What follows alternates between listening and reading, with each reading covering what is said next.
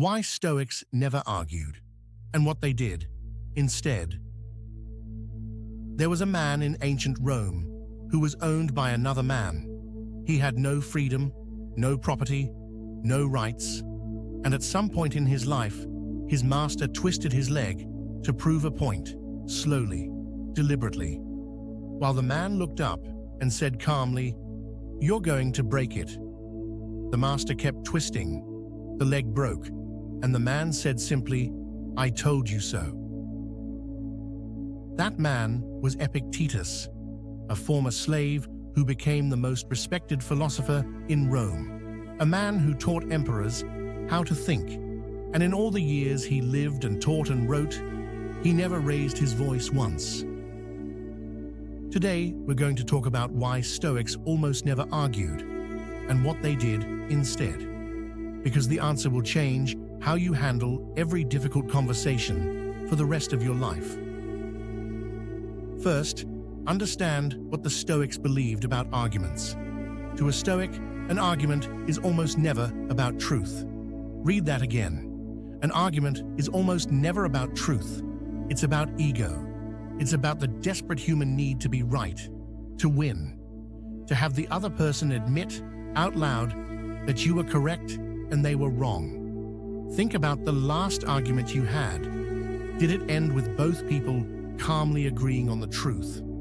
Or did it end with one person exhausted, one person resentful, and nothing actually resolved? Epictetus wrote, "If someone succeeds in provoking you, realize that your mind is complicit in the provocation." He wasn't saying don't feel anything.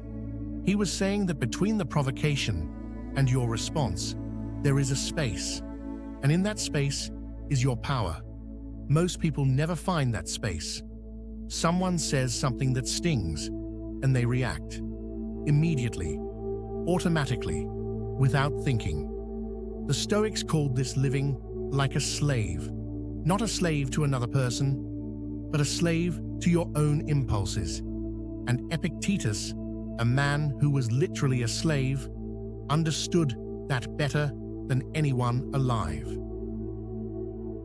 So what did Stoics do instead of arguing? 3 things, and each one is more powerful than anything you'll find in a book about negotiation or conflict resolution. The first, they applied the dichotomy of control to every conflict. Before responding to anything, a Stoic would ask 2 questions. Is what this person is saying in my control? And is my reaction to it in my control? The answer to the first question is almost always no. You cannot control what people say about you, their opinions, their anger, their ignorance, or their bad faith. The answer to the second question is always yes.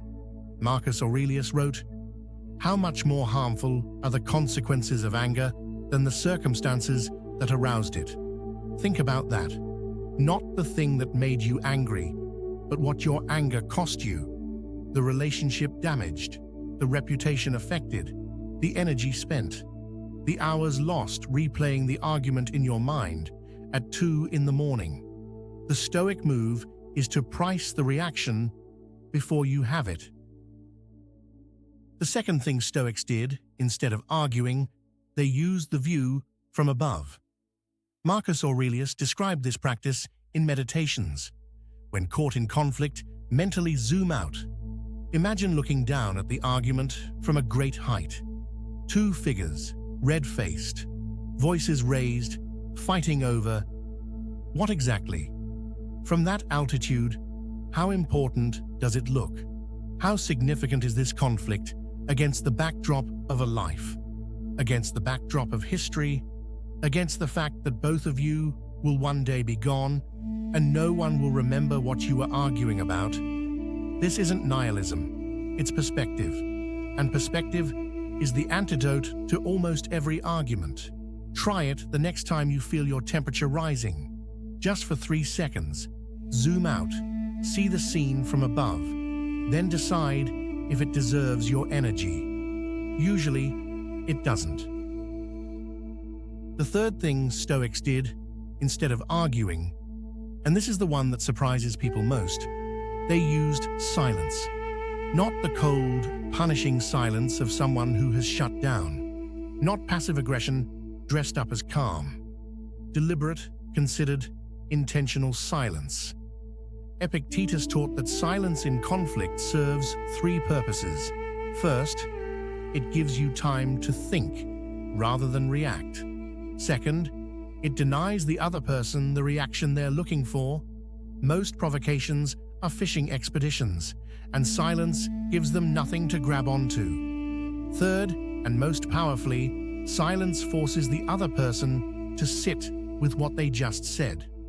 Often they hear themselves very differently in the quiet.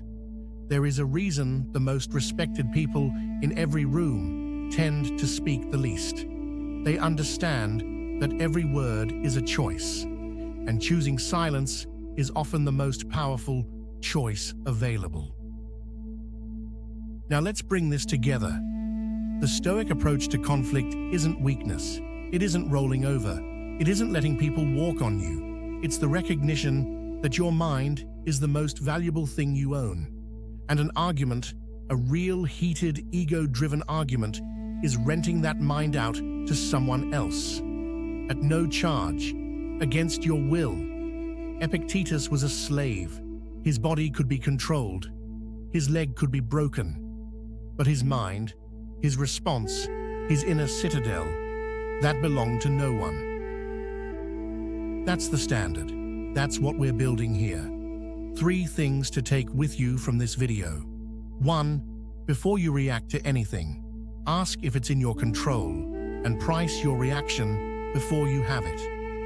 2. Zoom out and use the view from above to see the argument for what it actually is. 3. Choose silence more often than you think you should, because it is not weakness. It is the most disciplined thing a human being can do. If this resonated, the discourses of Epictetus will go deeper than anything I can cover in a single video. I've linked it in the description.